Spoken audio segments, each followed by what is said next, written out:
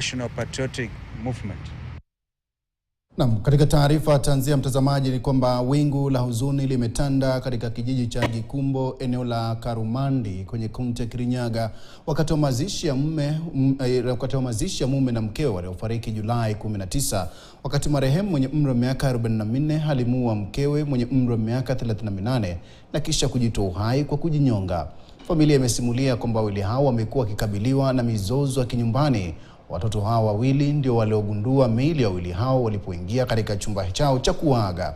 Mwili wa mama yao ulikuwa kitandani huku ule wa baba yao ukining'inia kwenye paa.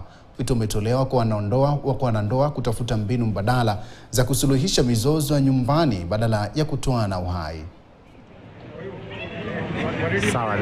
Bwana na bibi yake walifanya, bwana akakasirika akaua bibi yake na bwana naye akakasirika akajinyonga.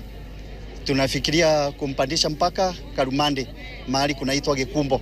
Hapo ndio tunaenda kuwazika na tunawaweka kwa grave moja, lakini kuwabeba tunabeba na gari tofauti. Kwa wale watu wako na hasira, ningewaomba wao watulivu na wanyenyekevu na watu wa kuongea, kwa sababu ukikaa na maneno ndani ya roho yako itakuumisha na itakuletea madhara hata kwa familia na kwa wale watu wote wako kwa surround area. Kwa hivyo ningewaomba mtu akae akatokea kujiongeza, kujiongelea na pia kujifa na nguvu, kwa sababu hii ni kitu imetushangaza sana. Wamama, ukiona mboma yako imekuwa mzito, ondokea.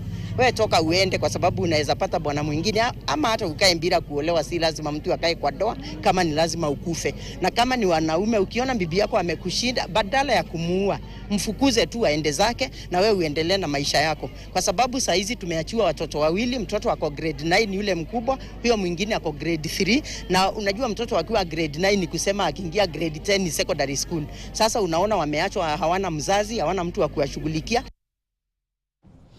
Familia moja katika eneo la Kinangop inapitia madhila